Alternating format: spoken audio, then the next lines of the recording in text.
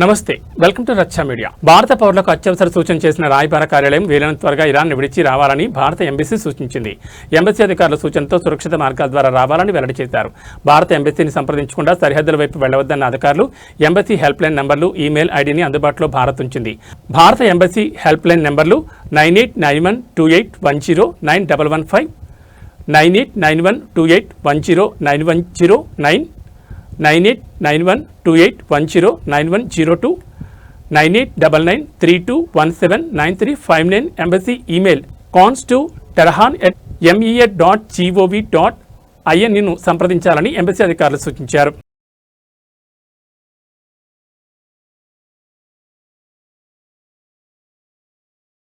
బైకును ఢీకొట్టిన car ఇద్దరు BTech students మృతి చెందారు. ఇది తీవ్ర ఉద్రిక్తతకు దారితీసింది. హైదరాబాద్లోని సాగర్ రోడ్ హస్తినాపురం వద్ద ఈ ఘోర రోడ్డు ప్రమాదం చోటు చేసుకుంది. దీంతో కళాశాల విద్యార్థులు ఆందోళన దిగారు. బైకును రోడ్డుపై నడిచి వెళ్తున్న వ్యక్తిని కారు బలంగా ఢీకొట్టడంతో ఈ ప్రమాదం చోటు చేసుకుంది. ఈ ప్రమాదంలో మహావీర్ ఇంజనీరింగ్ కాలేజీకి చెందిన ఇద్దరు విద్యార్థులతో పాటు రోడ్డుపై నడిచి వెళ్తున్న మరో యువకుడు కూడా మృతి చెందినట్టుగా తెలుస్తోంది. ఈ ఘటనపై పోలీసులు కేసు నమోదు చేసుకుని బాధ్యులను అదుపులోకి తీసుకున్నట్లుగా సమాచారం.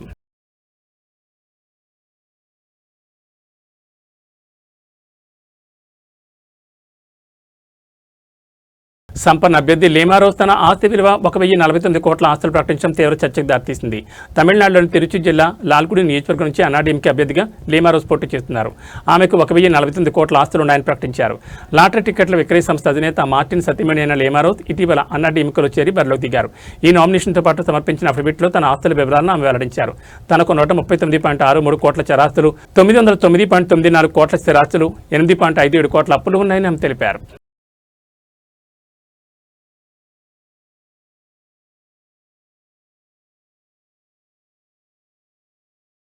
తన కుమారుడు మార్క్ శంకర్కి ఇది రెండో జన్మ అంటూ డిప్యూటీ సీఎం పవన్ కళ్యాణ్ భార్య ఎమోషనల్ పోస్ట్ చేశారు. ఏడాది క్రితం అగ్ని ప్రమాదాన్ని గుర్తు చేసుకుంటూ అన్నా లెజినోవా ఎమోషనల్ పోస్ట్ ప్రస్తుతం నెట్టింట వైరల్ అవుతోంది.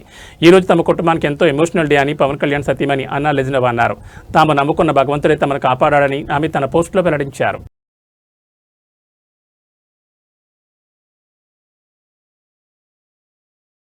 పశ్చిమ గోదావరి జిల్లా పెనుమంట్ర మండలం మార్టేరు వ్యవసాయ పరిశోధన సంస్థలో మారుతున్న వాతావరణ పరిస్థితులు, సుస్థిర వరి వ్యవసాయం కార్యక్రమం ముఖ్య అతిథిగా రాష్ట్ర వ్యవసాయ శాఖ మంత్రి Atchannaidu, MLA Pithani Satyanarayana, BJP Rajya Sabha MP Paka Satyanarayana, Tanuku MLA Arimilli Radhakrishna, AP IIC chairman Mantena Ramaraju హాజరయ్యారు.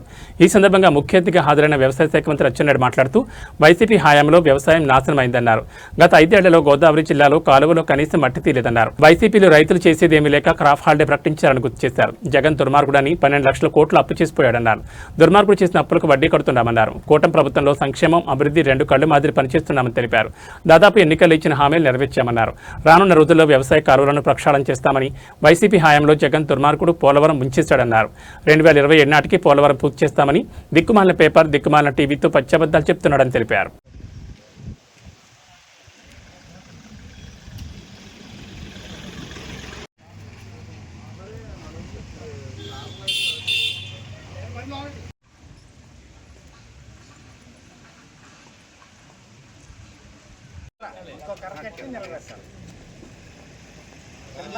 ఎక్స్పోజ్ అవ్వాలి సార్. నువ్వు ఎర్రగా ఉన్నావు అవుతావు, ఎర్రగా ఉన్నాడు పక్కన నల్లగా ఉంటే కొంచెం ఆంటాం.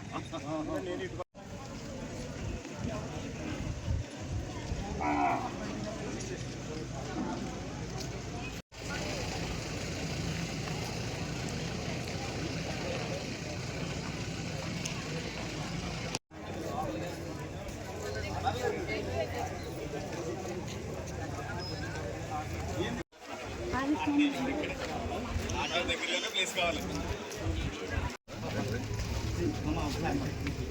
బాబు. ఒకసారి వీసీ గారు ఓకే సార్.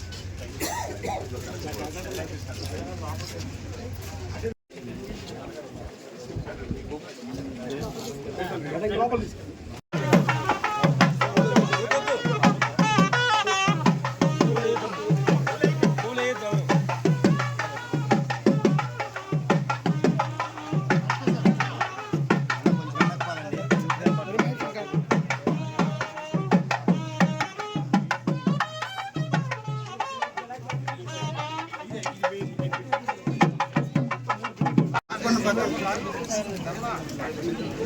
జింక్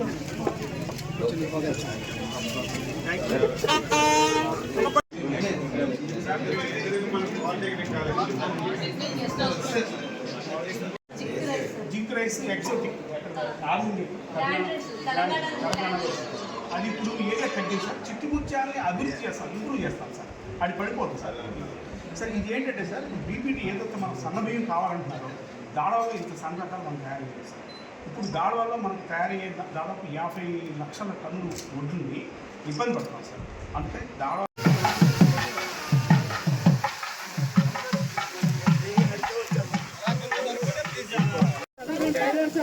సీను వైపు ఉందిలే కానీ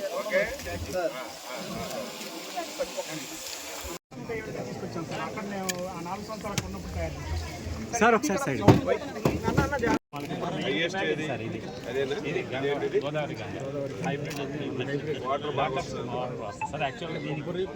గంగా బాణాలి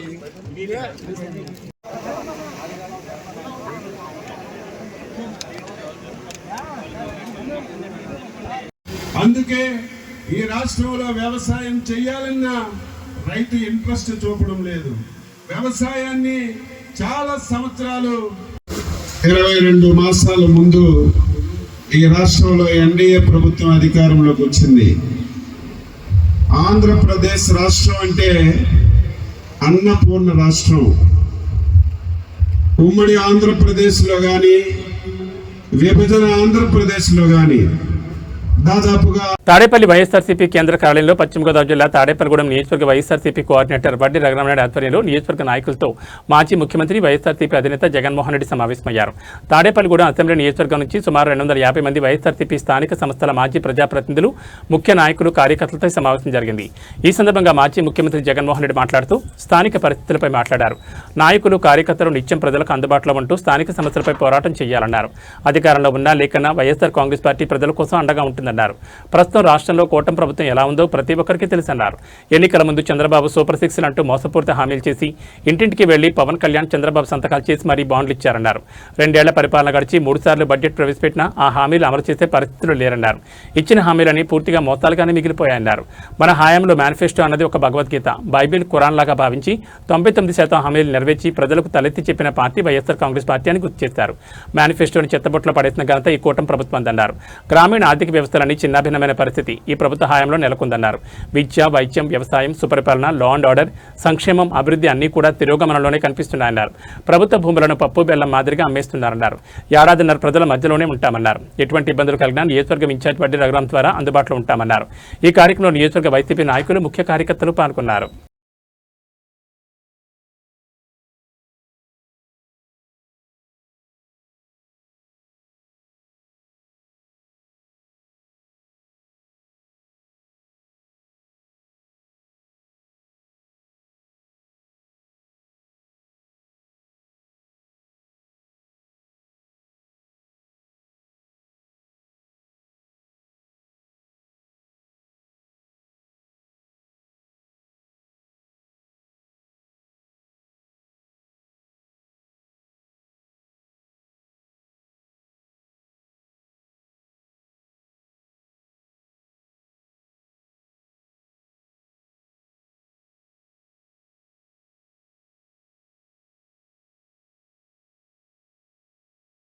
పశ్చిమ గోదావరి జిల్లా తాడేపల్లిగూడెం నియోజకవర్గం పెంటపాడు మండలం పత్తిపాడు గ్రామం పంచాయతీలో మున్సిపల్ కార్యాలయంలో డ్రైవర్గా పనిచేస్తున్న బోర రవి ఇటీవల మరణించారు. భర్త చనిపోయిన బాధలో ఉండగా కొంతమంది నాయకుల మాటలు విని రవి భార్య పత్తిపాడు గ్రామంలో ఉన్న జన సైనికులపైన తాడేపల్లిగూడెం ఎమ్మెల్యే బొలిశెట్టి శ్రీనివాస్ పైన తనకు సరైన న్యాయం చేయలేదని వాపుతో పలు విమర్శలు చేసింది. ఈ ప్రచారాలు చేయమని, లేకపోతే నీకు న్యాయం జరదమ్మా అని చెప్పి అసత్య ప్రచారం, అసత్య మాటలు బోర రవి భార్యతో కొంతమంది నాయకులు కావాలని మాట్లాడించారని ఆమె స్వయంగా చెప్పడం గమనార్హం. ఆ తర్వాత ఎమ్మెల్యే బొలిశెట్టి తన కుటుంబానికి సహాయపడే తీరు తెలిసి తాను పశ్చాత్తాపడి ఆయనకు తాను క్షమాపణ కోరుతున్నట్లు ఆమె స్వయంగా వెల్లడించారు. ఎమ్మెల్యే బొలిశెట్టిని అనడం తప్పని తెలుసుకున్నారని ఆమె స్వయంగా చెప్పిన వీడియో ప్రస్తుతం సామాజిక మాధ్యమాల్లో స్వయంగా షేర్ చేసింది. దీంతో ఎమ్మెల్యే బొలిశెట్టి తన కుటుంబానికి పూర్తి భరోసా ఇచ్చారని, పిల్లల చదువు, కుటుంబ బాధ్యతలు తీసుకుంటామని చెప్పారని ఆమె వెల్లడించారు. మాది తాడేపల్లిగూడెం ప్రతిపాడండి. నా పేరు బోరా జయశ్రీ, మా ఆయన పేరు బోరా రవిబాబు అండి. ఆయన పత్తిపాడు పంచాయతీ డాక్టర్ డ్రైవర్ కింద చేసేవారండి. కొన్ని సంవత్సరాల కిందట నుంచి చేస్తున్నారండి. ఆయన 6 నెలల క్రితం జీతాలు పడట్లేదని బొలిశెట్టి శ్రీను గారి దగ్గర కలవడం జరిగిందండి పంచాయతీ స్టాఫ్ మొత్తం. ఎమ్మటే బొలిశెట్టి శ్రీను గారి జీతాల కోసం వీళ్ళు ఎలాగల్లా ఆయన స్పందించారండి. స్పందించి ఈఓ గారిని, ఎండిఓ గారిని క్యాకేసి పరిస్థితి ఏంటని కనుక్కున్నారండి. కనుక్కున్నాక ఈవో గారు అన్నారు ఇలాగ పనులు గట్ట వసూలు అవ్వట్లేదండి, ఆయన అందుకని చెప్పి జీతాలు ఆగడం జరిగిందని అన్నారండి.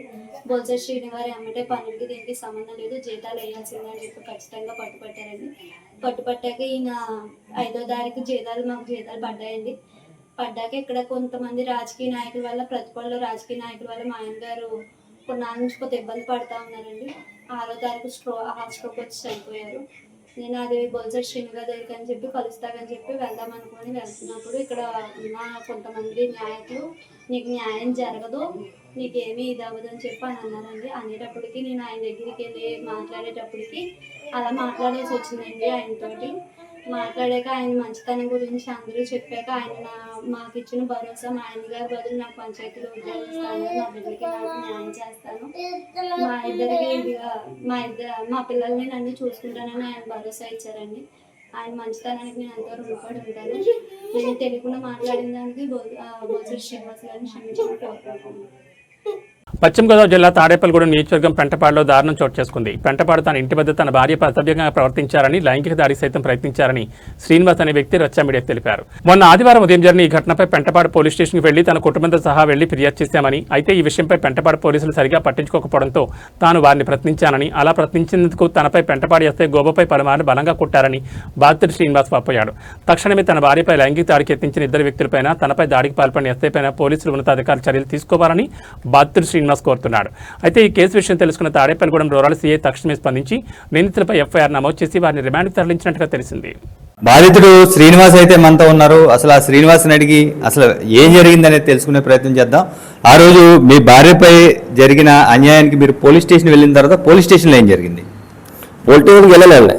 అవునుగా పోలీస్ స్టేషన్కి వెళ్ళి పోలీస్ స్టేషన్కి వెళ్ళి ఇలాగ నాకు న్యాయం చేయమని, అది ఎస్ఐ గారు రాగానే కాళ్ళ మీద పడిపోయాను. కాళ్ళ మీద పడిపోయగానే ఆయన ఏం పట్టించుకోలేదు. పక్కన కూర్చున్నాడు. పక్కన కూర్చుంటే వాళ్ళు మాట వచ్చి ఇలాగ మీ వాళ్ళకి ఇలా జరిగితే మీరు ఊరుకుంటారని చెప్పి అన్నాను. అప్పుడు ఆయన చేసింటే పట్టమని 3 దెబ్బలు ఇక్కడ గోపు మీద కొట్టాడండి. గోపు మీద కొట్టగానే నేను కింద పడిపోయాను. కింద బ్లడ్ వచ్చింది. బ్లడ్ రాగానే ఇలాగ మా నాన్నగారు ఏమన్నారంటే ఎలా కొడతావు ఏంటని చెప్పి అడిగారు. మామూలుగా ఎలా కొడతామని చెప్పి అడిగారు. ఇలాగ ఆయనకి ఇంకా సమాధానం లేదు. ఆయనకి సమాధానమే లేదండి. సమాధానం లేదు. మామూలుగా పట్టించుకోలేదండి వాళ్ళు ఇప్పుడు వాళ్ళు. అంటే నిజంగా కొట్టారా మీరు చెప్తున్నారు? లేదండి, నిజంగా కొట్టారండి. స్టేషన్లో సీసీ ఫుటేజ్ ఉంటుంది. నిజంగా కొట్టారండి నన్ను. మీ తరపున ఎవరైనా చూసారా? అక్కడ ఏమైనా వీడియోలు ఉన్నాయా? వీడియోలు ఉన్నాయండి. కొట్టిన వీడియోలు ఉన్నాయి ఇక్కడ. కొట్టిన వీడియోలు కూడా పెడతారండి. అది ఎందుకు అంత మీకు కోపం వచ్చి ఇప్పుడు కేసు పెట్టినా కట్టట్లేదనే విషయంలో ఎందుకు అంత కోపం వచ్చింది పోలీసుల మీద కోపం వచ్చిందంటే ఇప్పుడు వెళ్ళానండి, పట్టించుకోలేదు. మేము చెప్తున్నా పట్టించుకోలేదు.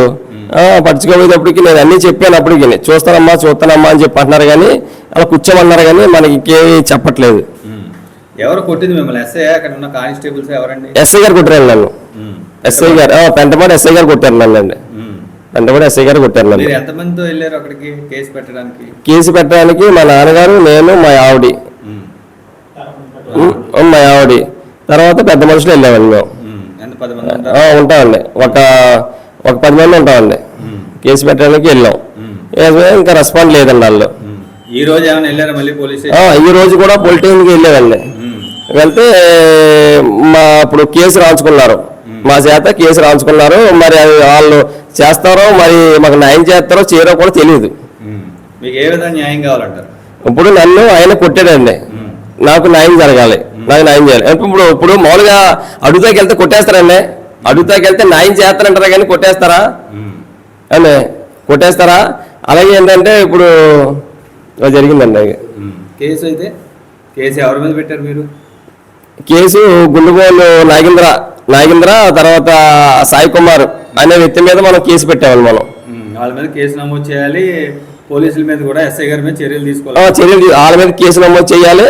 ఇలా పోలీసు మీద కూడా, ఈయన ఎస్ఐ గారి మీద కూడా చర్యలు తీసుకోవాలండి. అది బాధితుడు చెబుతున్నమాట. ఏదైతే పెంటపాడు పోలీస్ స్టేషన్లో కంప్లైంట్ పెట్టిన తర్వాత, ఏదైతే కంప్లైంట్ ఇవ్వడానికి వెళ్ళిన తర్వాత కూడా తన భార్య పైన జరిగిన అఘాయిత్యానికి కంప్లైంట్ ఇవ్వడానికి వెళ్తే తనను ఘోరంగా కొట్టారని, పెంటపాడు ఎస్ఐ పైన ఈయన విమర్శలు చేస్తూ ఉన్నారు. అయితే అక్కడ జరిగినది ఖచ్చితంగా పోలీస్ స్టేషన్లో సీసీ ఫుటేజ్ ఉంటుంది కాబట్టి ఉన్నతాధికారులు ఆ సీసీ ఫుటేజ్ను పరిశీలించి సదరు ఎస్ఐతో పాటు ఏదైతే తన భార్య పైన దాడి చేశారని బాధితుడు ఆరోపిస్తున్నారో ఆ బాధితుడు ఆరోపిస్తున్నారు వారి ఇద్దరిపైన కూడా కేసు నమోదు చేయాలని బాధితులు కోరుతున్నారు. దీనిపైన పూర్తి విశ్లేషణాత్మక కథనం సీసీ ఫుటేజ్తో సహా అందించేందుకు రచ్చా మీడియా ప్రయత్నం చేస్తుంది. చూస్తూనే ఉండండి మీ అభిమాన ఛానల్ రచ్చా మీడియా. ఏలూరు జిల్లా పోలవరం ప్రాజెక్టు R&R కాలనీలోకి భూసేకరణ త్వరితగతిన పూర్తి చేయాలని జిల్లా కలెక్టర్ కె వెట్రిసెల్వి అధికారులను ఆదేశించారు. స్థానిక కలెక్టరేట్ నుండి బుధవారం సాయంత్రం పోలవరం ప్రాజెక్టు R&R పునరావృత కార్యక్రమాలు, జాతీయ రహదారి నిర్మాణానికి MSME పార్కుల ఏర్పాటు, చింతలపూడి ఎత్తిపోతల పథకం, సెల్ ఫోన్ నెట్వర్క్ టవర్ల ఏర్పాటు తదితర కార్యక్రమాలకు భూసేకరణపై అధికారులతో జూమ్ కాన్ఫరెన్స్ ద్వారా కలెక్టర్ సమీక్షించారు. ఈ సందర్భంగా కలెక్టర్ వెట్రిసెల్వి మాట్లాడుతూ పోలవరం ప్రాజెక్టు నిర్వాసితులకు నిర్మించే కాలనీలకు సంబంధించి భూసేకరణ పనులను వెంటనే పూర్తి చేసి కాలనీ నిర్మాణ ఏజెన్సీలకు అప్పగించాలన్నారు. జాతీయ రహదారుల నిర్మాణానికి సంబంధించి మిగిలి ఉన్న భూసేకరణ పనులను వెంటనే పూర్తి చేయాలన్నారు. చింతలపూడి ఎత్తిపోతల పథకంలో భూసేకరణ చేయాల్సిన భూ విస్తీర్ణం వివరాలతో నివేదిక వెంటనే సమర్పించాలని, భూసేకరణ పనులు వెంటనే చేపట్టాలన్నారు. జిల్లా joint collector Abhishek Goud, in charge DRO Bhaskar, Polavaram project administrator Abhishek, Nuzvid sub collector Bollipalli Vinutna, Eluru Jangareddygudem RDOలు కిషోర్, రమణ, కలెక్టరేట్ భూసేకరణ విభాగ అధికారి పోతరాజు, పారిశ్రామిక మౌలిక సదుపాయాల సంస్థ జెడ్ఎం బాంచి, జిల్లా భూసేకరణ అధికారులు, జాతీయ రహదారుల ప్రాజెక్టు డైరెక్టర్లు, స్పెషల్ డిప్యూటీ కలెక్టర్లు, తహసీల్దార్లు, డిప్యూటీ తహసీల్దార్లు తదితరులు పాల్గొన్నారు.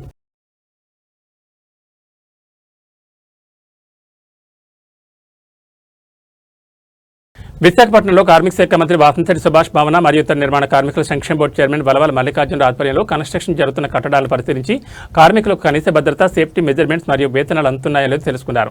కన్స్ట్రక్షన్ జరుగుతున్న భవనాలకు 1% సెస్ కడుతున్నారో లేదో అని పరిశీలించారు. ప్రతి కార్మికుడు కార్మిక శాఖలో తప్పనిసరిగా తమ పేరు నమోదు చేసుకోవాలని అధికారులకు స్ట్రిక్ట్ ఆర్డర్స్ జారీ చేశారు. అసంఘటిత రంగంగా కార్మికులు ఆన్లైన్ ద్వారా సులభంగా నమోదు చేసుకుని ప్రక్రియను తెలియజేశారు. అసంఘటిత రంగంగా కార్మికులు నమోదు చేసిన పత్రాలను వారికి అందజేశారు. ఈ కార్యాలయంలో తెలుగుదేశం కూటమి నేతలు పాల్గొన్నారు.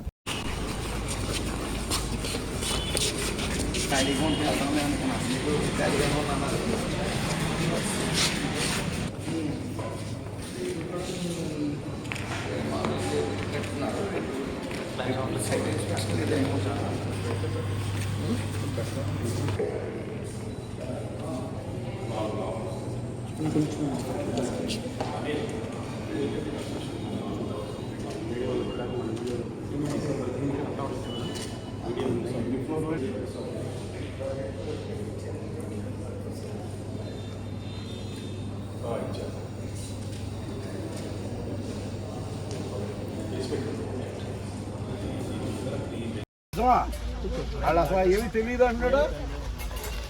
ఉందా ఏమ్మా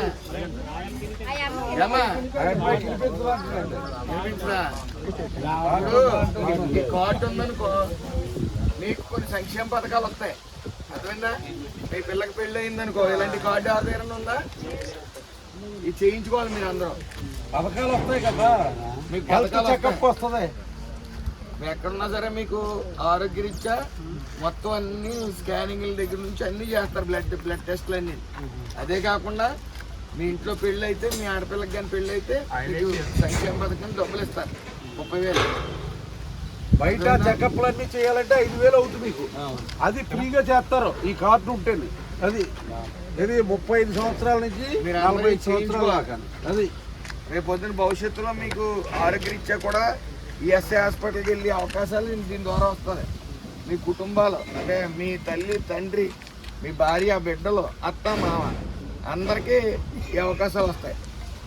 మీకు ఆరోగ్యరీత్యా చూపించుకోవడానికి కానీ, మీకు సంక్షేమ పథకాలు కానీ ఇవన్నీ వస్తాయి. జరిగింది కానీ ఈ ప్రొసీజర్లో మార్పు కనపడడం. ఎందుకంటే ఏదైతే ఆర్డర్ చేసామో దాన్ని ఇక్కడున్న మా అధికారులు కూడా JCL బాధ్యత పూర్తిగా ఆ బాధ్యతల్ని వాళ్ళు కూడా నెరవేరుతున్నట్టుగా మాకు కనపడ్డాం. ఎందుకంటే ముఖ్యంగా ఈ సెస్ అనేది వచ్చినప్పుడే మనం ఏదైనా భవన నిర్మాణ కార్మికులకి ఆ సంక్షేమ పథకాలు ఇంకా ఎక్కువ ఇవ్వడానికి అవకాశం ఉంటుంది. ముఖ్యంగా మార్చి 1వ తారీఖు నుంచి మరి ఏదైతే మరి చంద్రబాబు నాయుడు గారు, అలాగే మా కార్మిక శాఖ మంత్రి సుభాష్ గారు, మరి 4 IAS ఆఫీసర్స్ అందరం కూర్చొని ఒక ప్రతిపాదన మీద మరి ముందుగా ఈ పథకాలు అమలు చేయాలని చెప్పి ముఖ్యమంత్రి గారు చెప్పడం జరిగింది. దాంట్లో భాగంగా మ్యారేజ్ గిఫ్ట్ అది 20,000. అలాగే మరి డెలివరీ టైంలో వాళ్ళకి 2 సార్లు 30,000 రూపాయల చొప్పున ఇవ్వడం జరుగుతుంది. అలాగే మరి ఏదైతే సహజ మరణం ఉండదో దానికి మట్టి ఖర్చుల కింద 20,000, 60,000 రూపాయలేమో మరి అది సహజ మరణానికి మరి ఇవ్వడం జరుగుతుంది. దాన్ని మరి సహజ మరణాన్ని 80,000కి పెంచడం జరిగింది. అలాగే మ్యారేజ్ గిఫ్ట్ని, ప్రసూతి దీని మీద ఇంకొక 10,000 రూపాయలు ఇవ్వాలని గవర్నమెంట్కు రాయడం కూడా జరిగింది. అలాగే ఈవేళ సుమారు 120 టెస్టులు ఉంటాయి. ప్రభుత్వం ఒక పాలసీ తీసుకుంది. ఆ పాలసీలో భాగంగా 35 సంవత్సరాల నుంచి 45 సంవత్సరాల దాకా ఉన్న కార్మికులు ప్రతి ఒక్కళ్ళని కూడా సుమారుగా 7,50,000 మంది వస్తారు. ఆ 7,50,000 మందికి కూడా హెల్త్ చెకప్ చేయడానికి నిర్ణయించడం జరిగింది. సో వీళ్ళందరూ కూడా స్కానింగ్ కాడి నుంచి బ్లడ్ టెస్టుల కాడి నుంచి మొత్తం అన్ని టెస్టులు కూడా చేయడానికి ఇప్పుడు పెద్ద పెద్ద హాస్పిటల్స్లో ఉన్న ఫెసిలిటీస్ కంటే ఎక్కువ మరి ఆ ల్యాబ్స్ ద్వారా వచ్చింది. బోర్డులో రెజ్యులేషన్ చేసి అది టెండర్ పిలవడానికి అన్నీ మరి ప్రిపేర్ చేయడం జరిగింది. ముఖ్యంగా మరి ఈవేళ చాలామంది క్యాన్సర్ బారిన పడిపోయిన పరిస్థితి ఉంది. ఎందుకంటే వీళ్ళు ఈ హ్యాండ్ గ్లోవ్స్ వేసుకోవడం లేదు, షూస్ వేసుకోవడం లేదు. అలాగే మరి ఒక 2,000 ఫ్లాట్స్ ఒకే చోట నిర్మాణం జరుగుతూ ఉంటే అక్కడ అరకొరగా ఉంటున్నాయి వీళ్ళ కార్మికులకు ఇచ్చే మరి ఈ బెనిఫిట్స్ అన్నీ కూడా ఉండడం. అలాగే ఏది వీళ్ళ పరిశుభ్రంగా మరి దాన్ని హ్యాండ్ గ్లోవ్స్ వేసుకుంటే ఇబ్బంది లేదు. అలాగే మాస్క్ వేసుకోవడం లేదు. దీనివల్ల ఏమవుతుందంటే ఆ డస్ట్ ఉప్పుల్లోకి వెళ్ళిపోయి ఊపిరితిత్తులు దెబ్బతినే పరిస్థితి ఉంది. అలా ఇవన్నీ ఆలోచించి క్యాన్సర్ రాకోకుండా మరి కొన్ని ప్రిస్క్రిప్షన్స్ తీసుకోవాల్సిన అవసరం యజమాన్యాలకు ఉన్నాయని చెప్పి, అలాగే ఎంవివి సత్యనారాయణ గారు మాజీ ఎంపీ గతంలో కూడా మీకు ఒక విజ్ఞాపన పత్రం పంపించడం జరిగింది, నోటీస్ కూడా పంపించడం జరిగింది. ఆయన ఇక్కడ రకరకాలుగా ఎన్నో వెంచర్లు వేస్తూ 10 కోట్ల రూపాయలు సెస్ బకాయి పడ్డాడు ప్రభుత్వానికి. కానీ ఆయన కిందటిసారి వచ్చినప్పుడు కూడా మేము చెప్పడం జరిగింది, వాళ్ళకి ఇదిగో కట్టేస్తాను అదిగో కట్టేస్తాను అని చెప్తున్నారంట. ఆయన వెంచర్లు మామూలుగా మానుకోకుండా వేసుకుంటున్నారు. ఆ సంగతి అంతా కూడా మీడియా అందరికి కూడా తెలుసు. ఇది మరి మీరు ప్రజాప్రతినిధిగా పనిచేశారు, అది న్యాయం కాదు. మీరు ఈ డబ్బు వెంటనే చెల్లించవలసిందిగా మిమ్మల్ని మరొకసారి కోరుకుంటూ, అలా జరగని పక్షంలో ప్రభుత్వం నుంచి కలెక్టర్ గారితో కూడా మాట్లాడడం జరుగుతుంది. ఎక్కడైతే మీ కన్స్ట్రక్షన్స్ జరుగుతున్నాయో ఆ కన్స్ట్రక్షన్స్ ఆపబడతాయని చెప్పి తెలియజేస్తూ సెలవు తీసుకుంటాం. ఏబీ బులెటిన్ విశేషాలు. నమస్కారం.